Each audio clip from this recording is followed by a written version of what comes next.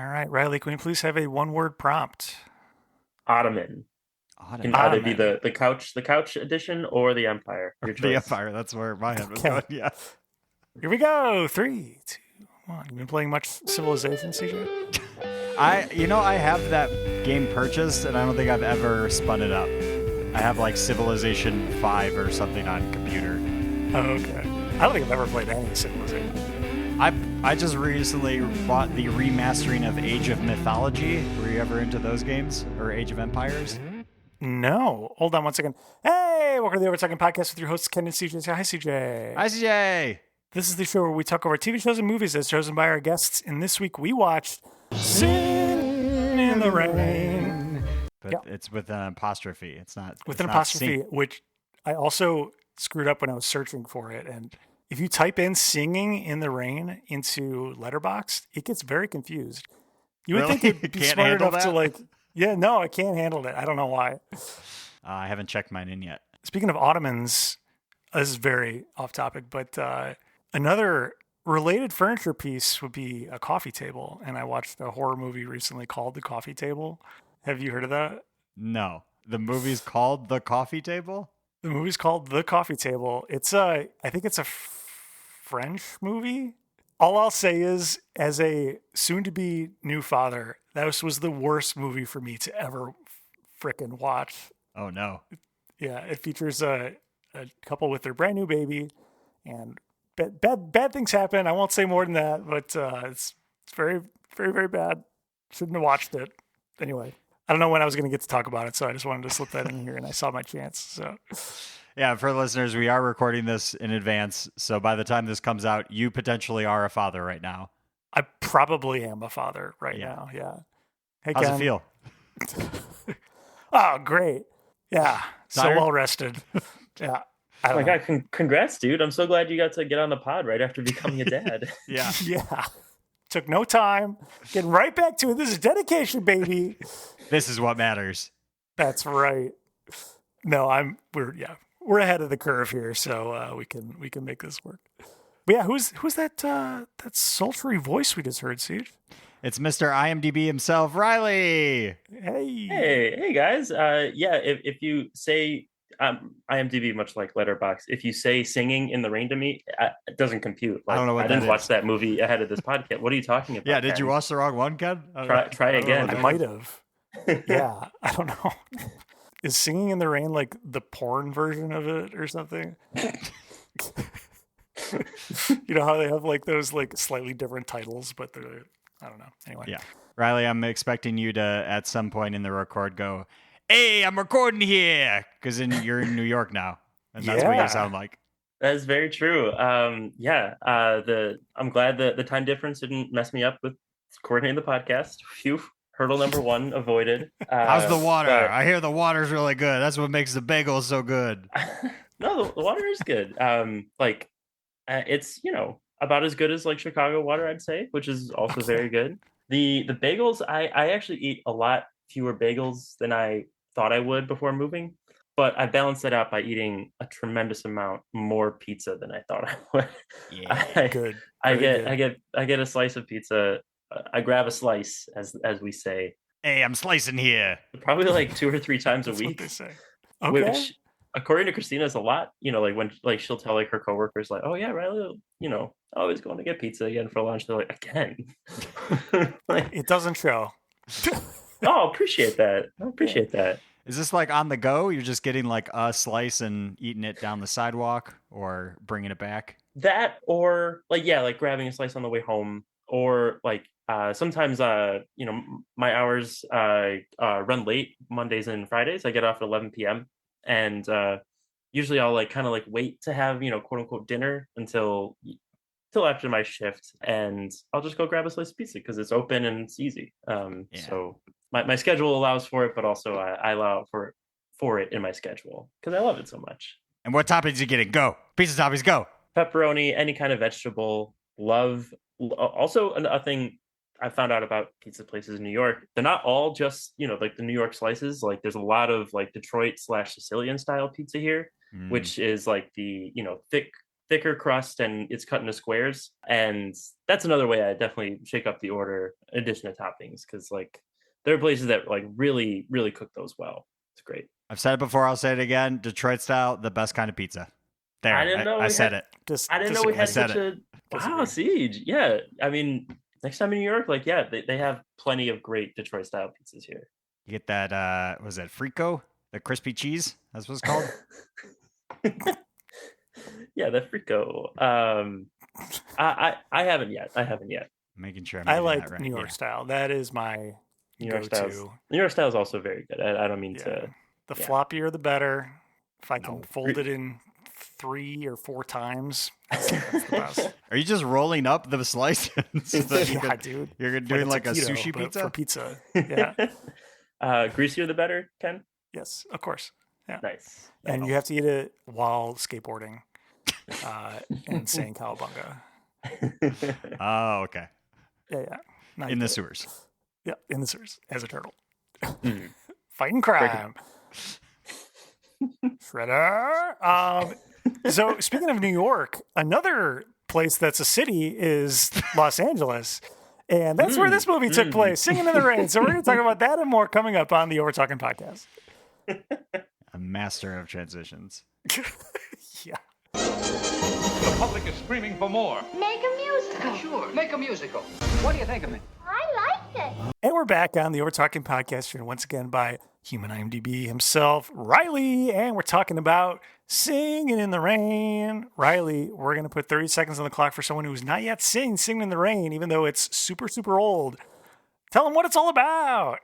Ready, go. So Singin' in the Rain. I think we should sing it every time we say the title, by the way. Is a classic Hollywood musical in which the bare bones of the plot are like, this silent film movie star. Talkies are coming out, so like he has to adapt while also falling in love with kind of like a chorus girl. And just it's a great 1920s set, 3, 2, old classic Hollywood 1. musical, all about the Time! baby. Yeah. That's it. We missed a couple beats, but that's the general.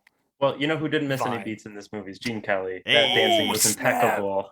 That's I liked right. Donald O'Connor more. Oh yeah. Oh, I thought he might. he was great too. Like best version of like a sidekick in a movie.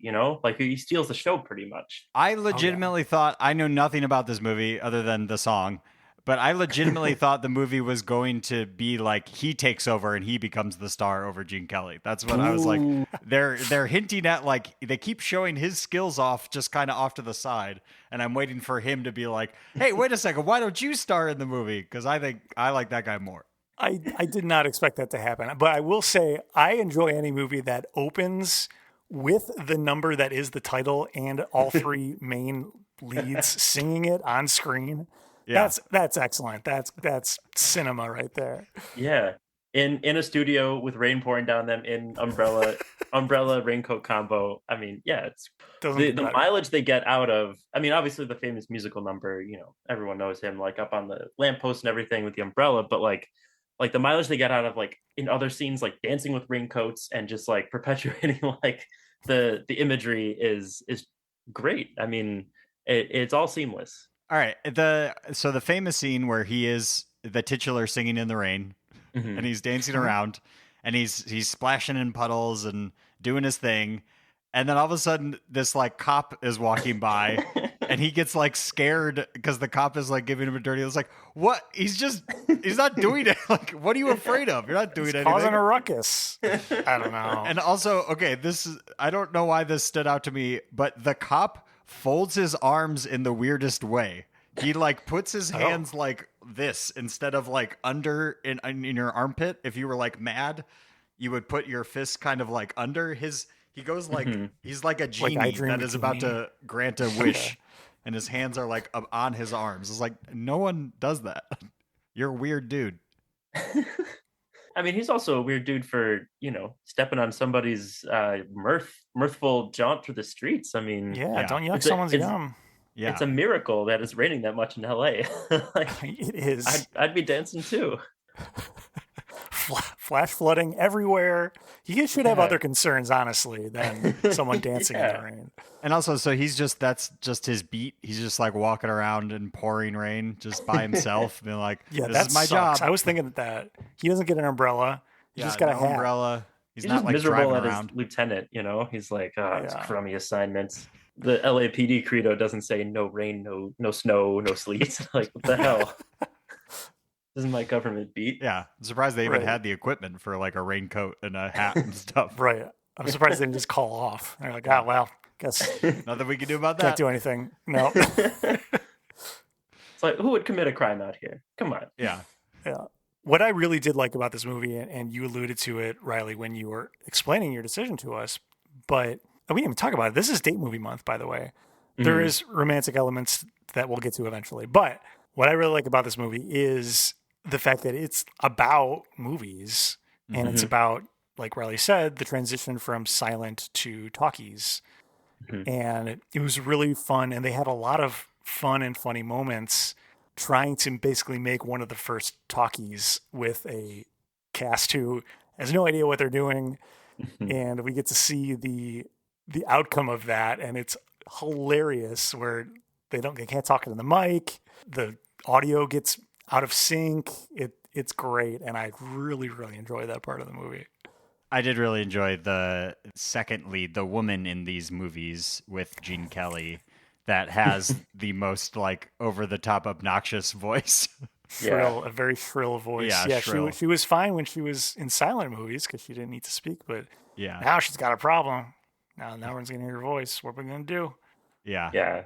That's that's Gene Kelly's like silent movie screen partner. They're like the team like Lockwood Lamont, and like she, believe it or not, that woman's voice, like the very shrill, like shrieking, like can't win with him, can't play with him kind of voice. Like that's actually the voice that my girlfriend Christina didn't mimic in this movie to great comedic effect. She liked mimicking the like the more normal for these movies, like the transatlantic, like, oh my stars of like the actual female lead, Debbie Reynolds. And like she's just like basically like, you know how you think like Carey Mulligan in like one of these movies in like Maestro or whatever is just like really hamming it up. And it's just like that used to be the standard. That's nuts. Like that's how all these actresses used to talk. Yes. Yeah. Just a made up accent for like radio plays and stuff. Right. No one actually spoke like that. Yeah. Only in radio and movies. Yeah. But yeah, funny enough, and to kind of, I hope I'm not stepping on trivia or anything, but like I was interested revisiting Singin' in the Rain. Like, oh man, like this came out in like the 50s, Golden Hollywood. Like, how many, double-digit Oscars did this movie win? And it was actually only nominated for a few, and I don't think it won any. But supporting actress for that, for the shrill actress, was the only acting nomination this movie got, which I thought was like nuts. Wow. That for them That's to recognize wild. only her, like not one of the three leads, that was nuts. Yeah. That's crazy. Especially when, the other leads are the ones that are actually like dancing and singing and doing Yeah. like stunts and stuff. Right. Don't Right. yeah, don't get me wrong. Like she was funny in it. Like Yeah. like Ken mentioned, like she was the one like missing the mic and everything. Like she gets she gets great laughs, but like that was nuts. I'm confounded by the Academy Awards today, and it's like this is like their prime. Like how are they not giving Singin' in the Rain this many Oscars? Well, they have always been kind of crazy. Guess so. Yeah. It's never really been very good at nominating, I guess. Yeah. Ugh. Had you guys seen Singin' in the Rain before, by the way? I had not. No. I thought I had as like a kid, and like, again, like I know like the Singin' in the Rain like image in my head, but like watching it this week, I was like, oh, I guess I haven't seen a lot of this is new to me. And yeah, it was a lot of new good stuff, I thought. Yeah, Meg was under the same impression you were, Riley, which makes sense. But that she had seen it when she was younger, and she's like making comments throughout. I'm like, have you seen this before? She's like, no, I actually don't think I have. Yeah, no, I mean, this has always been on my list as like a classic movie to watch. And I feel like I've watched a lot of classics, but never this. I mean, musicals usually aren't my jam. Yeah. But yeah, I just hadn't gotten to this one yet. At least in these songs, there's some songs I liked that they were having fun with it versus them just kind of like standing there and singing at you with some musicals where there isn't like a lot going on. We're just like, okay, time to pause the plot for a sec. We're going to bust out a tune and then go back to the movie.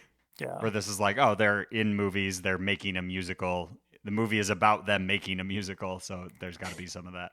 But again, the other guy, Donald O'Connor, his when it was him solo saying like "Make 'em Laugh," that song, I think that was like my favorite part. Yeah, he goes all out.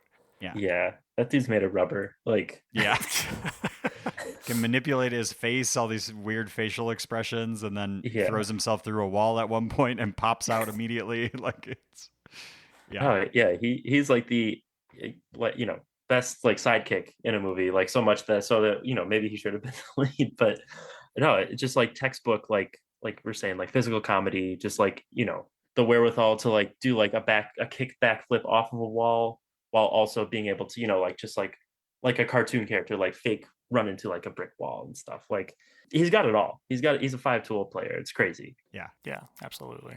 But CJ, I know what you mean when like those slower songs that are kind of like the love ballads, which I guess are of importance with the timing of the episode, but they're great and all, like they're good singing and they're still like staged well, like just like camera movement and like the choreography that they do have.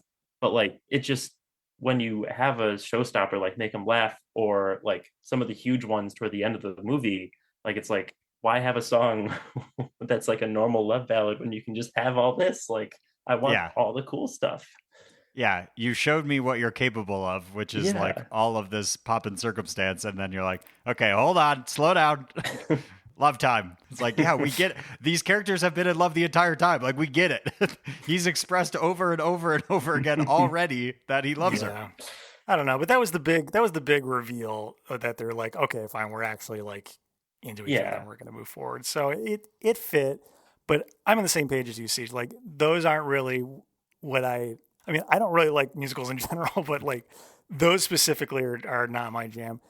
The other, I mean, it sounded like both of you liked this, but in the context of the movie, it felt very extra, where he is towards the end of the movie describing like, oh yeah, we got this one big extra musical number that we're going to do.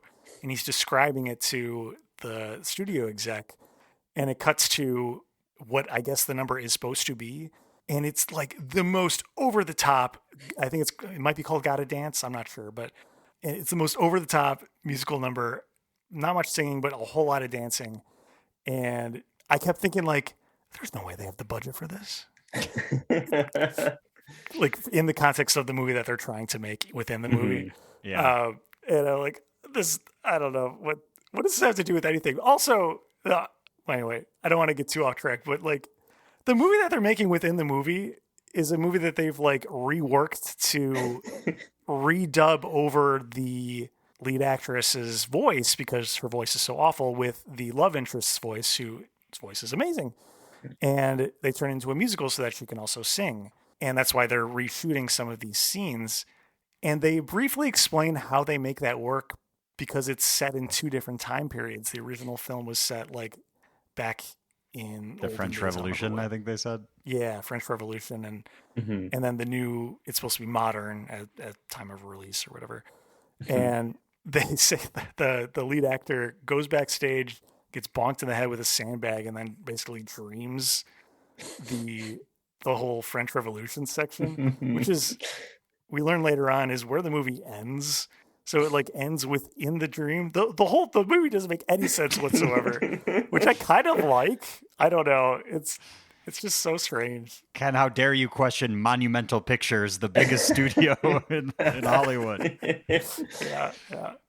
Yeah. That, I mean, and like with the backdrop of it being like going from silent movies to talkies, like I think it's, the ridiculousness is kind of showing just how fast of a change that really was for the industry, that they're going from these costume dramas, like with some maybe like swashbuckling action, but like it's all silent, into like these huge like numbers and color. And I do think the ridiculousness is a feature of it, and I also choose to celebrate it, Ken.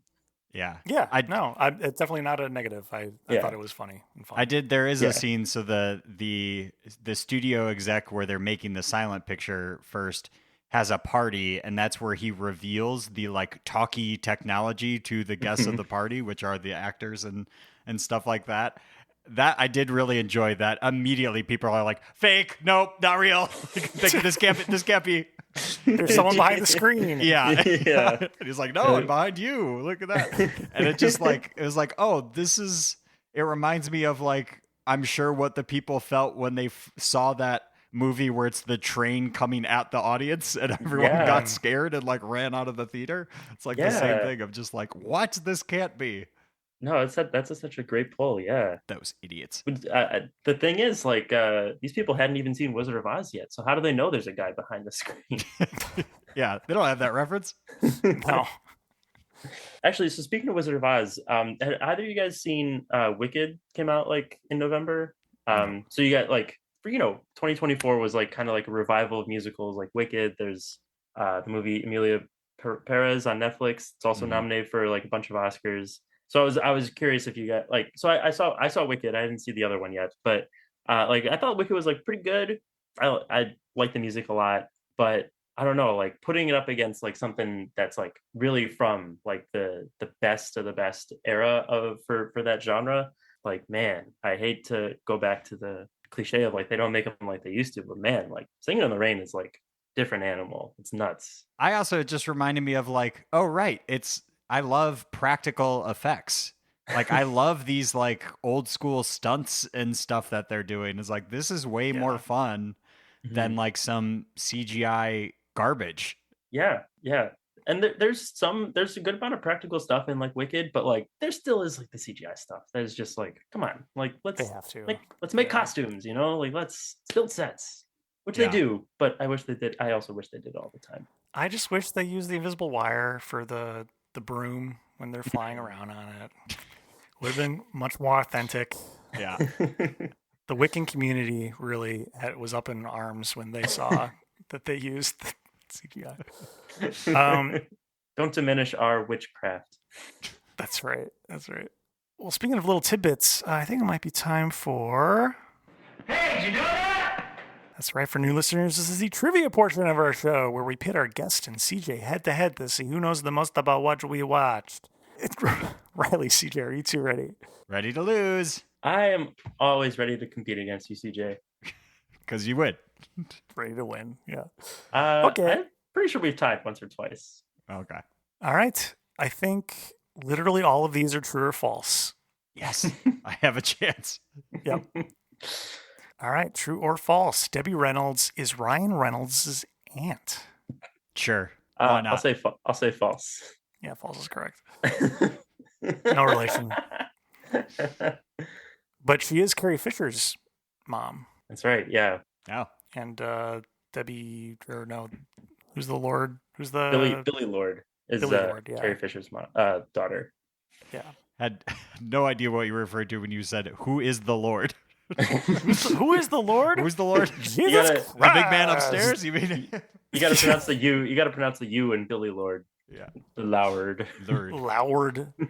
Gotcha. Also, fun tidbit about that, about Debbie Reynolds. If you guys ever want to watch a fun like comedy drama that Carrie Fisher wrote, kind of about her own life, it stars Meryl Streep as like Carrie Fisher pretty much, and Shirley MacLaine as her mother, who's like in showbiz, who's pretty much playing Debbie Reynolds. And it's a really fun like meta movie with like a lot of good old faces from like the 80s and 90s, like Gene Hackman and like a lot of good old fellas, It's a good movie.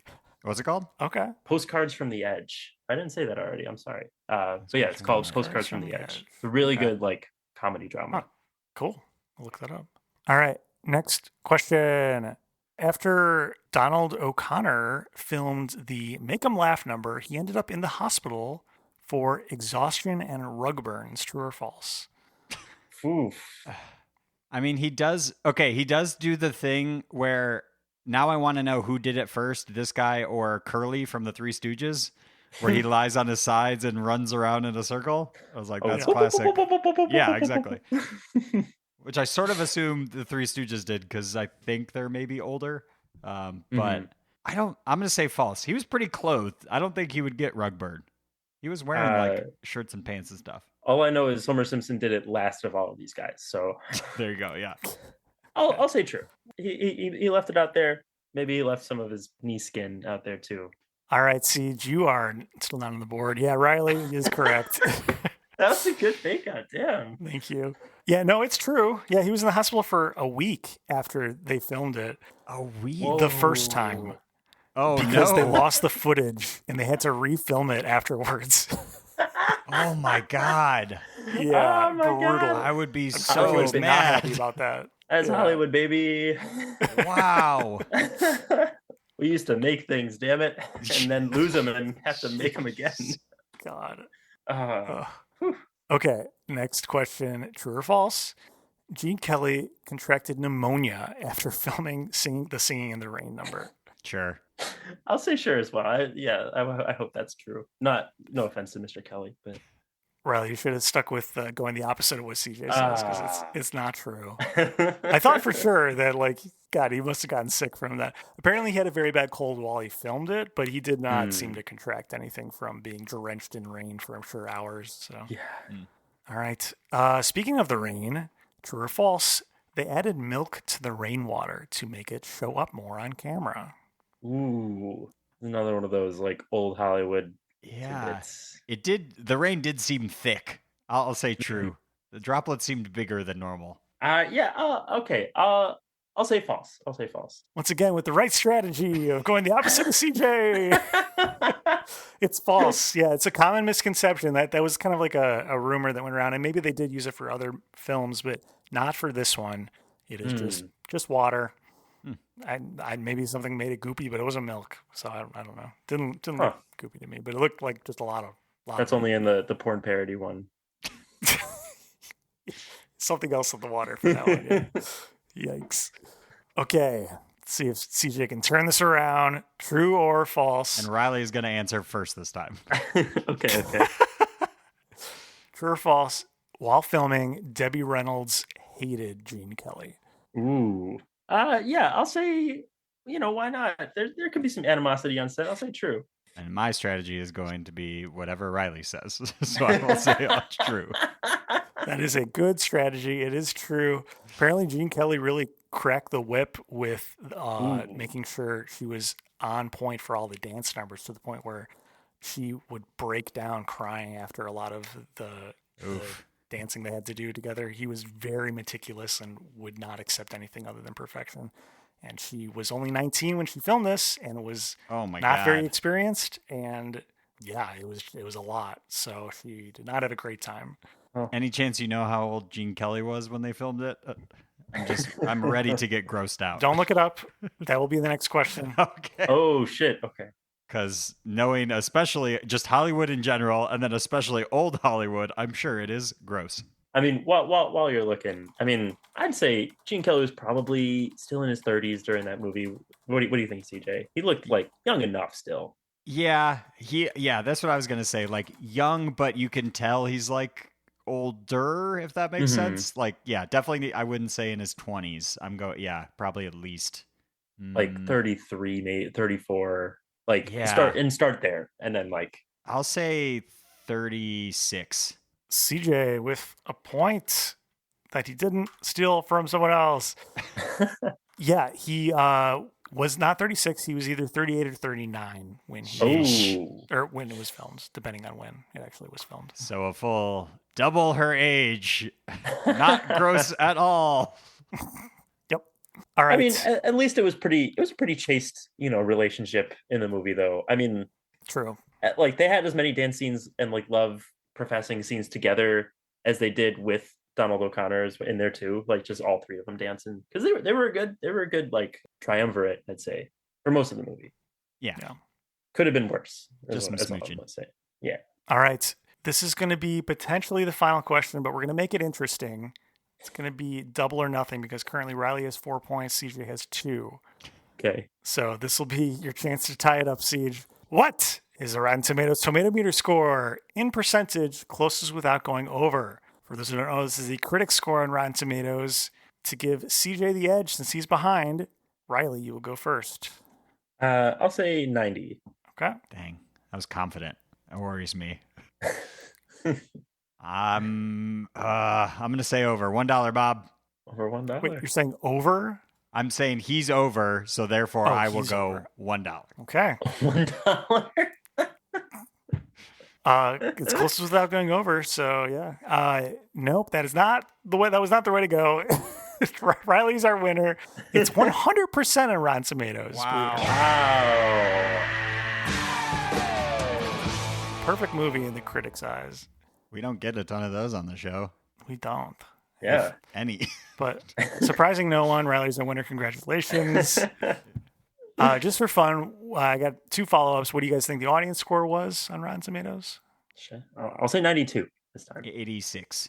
Mm-hmm. Riley close again, 95%. Sheesh. And what do you think the letterbox score was out of 5 to 1 decimal point? It was Ooh. just everyday Joe Schmoes. Yeah, because that's more modern. So I feel like Right, that's right. more just your people watching it maybe nowadays or something. 4.6. No way. 4.1. I mean, you both are right around it. 4.3 is the actual score, which is That's also extremely high for Yeah. Letterboxd. There's a lot of yuckers of yum out there, I'll say. yes. So Yeah, that is very high. Probably also the highest letterbox score we've come across for a movie on the show. yeah. Man, you Yeah, guys, people- you guys watch a lot of people like crap, don't you? Jeez. Blame Sure our do. guests. Sure do.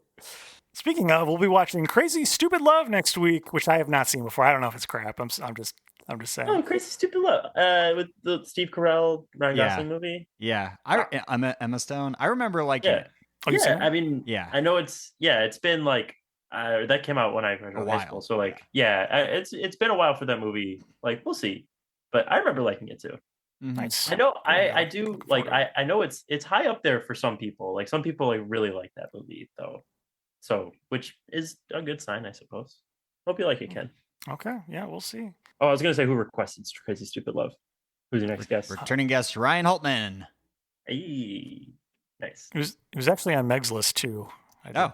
Yeah. So yeah, There you go. we're looking forward to it over here. All right, it's time for ratings. You've heard us debating. We know you've been waiting. So now it's time to hear our ratings. Riley, on a scale of 1 to 10, what would you rate Singin' in the Rain for you? Well, Singin' in the Rain is a wonderful, bright movie. One of the most beautiful movies probably I've seen. Like during that really big number, Ken, that you mentioned at the end, that's like in the movie, within the movie, there's like a part where, again, there's like a dream sequence in the musical number where it's like 2 people on like a pink road, and like that's a still I've Oh, seen yeah. before, and I was like, oh, and then I was like, whoa, because I mean, it's just so wonderfully designed, incredible. and yeah, so yeah, I think this movie is like lives up to its stature, and I'm gonna give it a really good 9. Dang. Wow. I think it's just so enjoyable, so light, so purposefully, like we were talking about before, like purposefully like crazy and ostentatious, and I think it's just such wonderful execution. Maybe Gene Kelly was a little tyrannical on set, but he was one of the co-directors, and I think it's a movie that looks and moves impeccably. Well said. Excellent. CJ. For me, I'm honestly, this one's a tougher one because there were, like I said, there were definitely parts where I'm like, yeah, just get back to the fun stuff. I don't care about this. Like certain musical numbers, I'm like, this is not for me. But there were legitimately like funny parts of it. It is like no doubt about it, a comedy as well as a musical. Like I said, loved all the practical effects, all the fun dance numbers where they're kind of like doing stunts mid dancing kind of thing. That Cosmo guy really lit up the screen for me. All around, like you said, like fun, but probably not great for me. Not my type of thing I'm going to like throw on. 7.5. I think just like Nice. a pretty good movie. Not bad. Ken. For me, yeah. No, I've been purposefully trying to play cool with what I thought of this movie throughout the podcast, but I loved it, honestly. I thought it was incredibly enjoyable to watch. Granted, yeah, I agree with CJ that, some of the musical numbers just aren't for me, but even the ones that weren't for me, other than I guess the Slow Love one, were like at least like extremely visually entertaining and like still kept me captivated throughout. And Riley, I had totally forgotten about that one scene with the really, really long flowing fabric in the wind. Mhm. That looked incredible. I had not seen anything like that before. And it's so simple, but it just was beautiful. So like even aside from the plot, which I think was hilarious, and all of the like very funny things that just happened throughout this movie, I just thought it was gorgeous to look at. The songs were fun to listen to, and I already said the plot was great. There's not a whole lot to hate about this movie other than one or two songs, which I'm going to dock a point for. So 9 is what my score is. Nice. But it's great. I would throw this on again and watch it. Probably. I don't like musicals, but like this was really, really fun. And yeah. Nice. I'm glad you both seem to like it at the very least. And I hope, maybe there wasn't the best romance between the age gap couple in the middle of the movie, but and like that the actual romance in the movie was pretty secondary, but I think it was quite romantic about a time period and an art form, and I think that qualifies it for date night movie. Absolutely. Great choice for date movie month, and just great choice in general. Yeah, this is something I probably, without a push, I probably wouldn't have picked out to watch. So absolutely. I'm glad it happened. Good choice. Great. So Riley, we've been asking guests, so at what, say you're dating somebody, what number date are you showing them this movie? Ooh. I mean, I think this is like the kind of date movie that is just like kind of what we're saying, kind of reflected in the scores. It's like it's very much a crowd pleaser. Like it's like a, just like such a safe movie to put on in pretty much any environment. So, I'd say like date 3, 4, like this is just such a great movie to vibe to, laugh with. Yeah, that's my assessment. Yeah. We'll turn to each other and say they don't make them like they used to. Eh? Yeah, and be like, "Oh, I adore you, my gentleman," and all that stuff. Also, just the way they, in this movie and like so many other like old movies, like just the way they kissed back then is just like, just like so like, like so forced and just like mashing together. And like when I would watch those movies as a kid, I'd be like, well, I guess that's how you kiss. Like, okay, like that's how we got to do it when we get to Mash my face as forcefully as possible. Thanks, Gene I Kelly. Feel your skull through your lips. Yeah. Also, I think CJ, I think you said Donald O'Connor's character's name Cosmo before, and I forgot that his name was Cosmo. Yeah. Do you think this movie inspired the Seinfeld writers to name Kramer Cosmo? Because like, I also had maybe I had Kramer on the brain too, because then Ken mentioned the coffee table. Notoriously, Kramer writes the coffee table book. Don't bring it up. Oh man, it's all connected. God. And then the sequel, the coffee table book. Woo! Oh. Wait, Ken, really quick about that coffee table movie. Is like the danger, like the edges of the coffee table that are sharp? Like, is that like what the danger is? I'm sure it involves kids dying. Neither of you are going to watch this movie, right? Like, it's okay if I spoil it? Yeah. Yeah, for sure. I'm not. Okay. All right. If you don't want to have spoilers for The Coffee Table, a obscure French horror movie, it's newer though. So like, yeah, if you don't want to hear it, skip ahead, I don't know, a minute or two.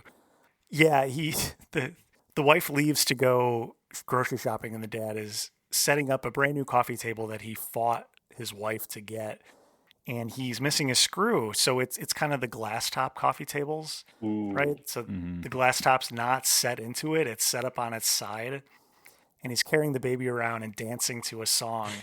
And you don't see it on camera, but you see it just off camera. A big crash and a lot of blood, and the baby is literally decapitated by the glass coffee table top. That's what happens in that movie. And then for the rest of the movie, the baby's head is just hanging out under the sofa while a bunch of other things go on. And the father, while still in shock, tries to basically cover it up for as long as he can. Yeah, it's wild. Awful. So yeah. Awful, yeah. What will be my worst nightmare? We don't have any coffee tables like that, so there's no risk of that specific Also, possibility happening, but dear God. that's like the worst case scenario of all Yes. time. Like Yeah. with such an innocuous, that's crazy. That's also just, I feel like a general rule with movie making is like, don't kill babies or pets. I just like, no one likes that. Yeah. No. You're going to turn off a lot of people if you do that in your movie. Yeah. Well, anyway, Ken, congrats on being a dad. Thank you. Yeah. It has not Even happened though- yet in real even though life, but it will be. It'll be very shortly. Yeah. At the time of recording, Meg was told that she's in early labor, which can really Wow. mean can come anytime now, basically, but still might be even a week or two. So literally just anytime. Don't know. At least a couple weeks. Got to be ready to go. So we're ready. We got everything packed, and yeah, very excited. Well, yeah. Congratulations then, and Thank you. Excited Yeah. for you. That's wonderful. Thank you. Yeah, nervous. Yeah, I'm sure you're totally not on edge and just so calm. Yeah, It's gonna go so smoothly, and you guys are gonna be great at it. So I hope that helps. thank you. Well, Riley, thank you also for joining us here. Thank you. Do you have anything you want to plug or any words of wisdom at the end here? I definitely don't have any words of wisdom about child rearing. But yeah, no. I'm just gonna say congrats to you again, Ken, and thank you guys for having me on. Thank you. But it really is a wonderful thing, and I'm so happy to meet the little person. Yeah, can't wait for both of you to meet her. Yeah. Another word of wisdom: be careful which coffee table you buy, and fully set it up before you carry children around it. Okay. CJ, what do we got to plug? You can follow us on all the things at Overtalking Pod. Email the show at overtalkingpod@gmail.com. Call or text us at USACAT1591 or go to our website, overtalkingpod.party. Oh, no, they're here. Ah. They are tap dancing into the room. Wow, just running up the wall, doing flips. They really seem to be into this movie. It's the Overtalking Overlords, folks. For those who don't know, it's our guests of the worldly landlords who we do a bit about every single episode.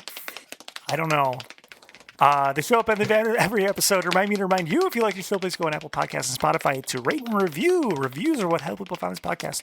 Also, we spend no money in advertising, so if you like the show, please tell a friend and spread the word. We would really appreciate it. Thank you. Thank you. And they're jazz handsing right out of here. I didn't know that was a verb. I think I hear him clacking down the hall. Yeah. That's right. And as we say at the end of every single episode, dignity. Always dignity. That dude did love dignity. Sure did. Bye. This episode of the Overtalking Podcast was produced by Ken and CJ, edited by CJ. This week's special guest was Riley. Music by Justin Peters. Logo by Nate Richards. Check out Nate's work on Instagram at Nate Richards Designs.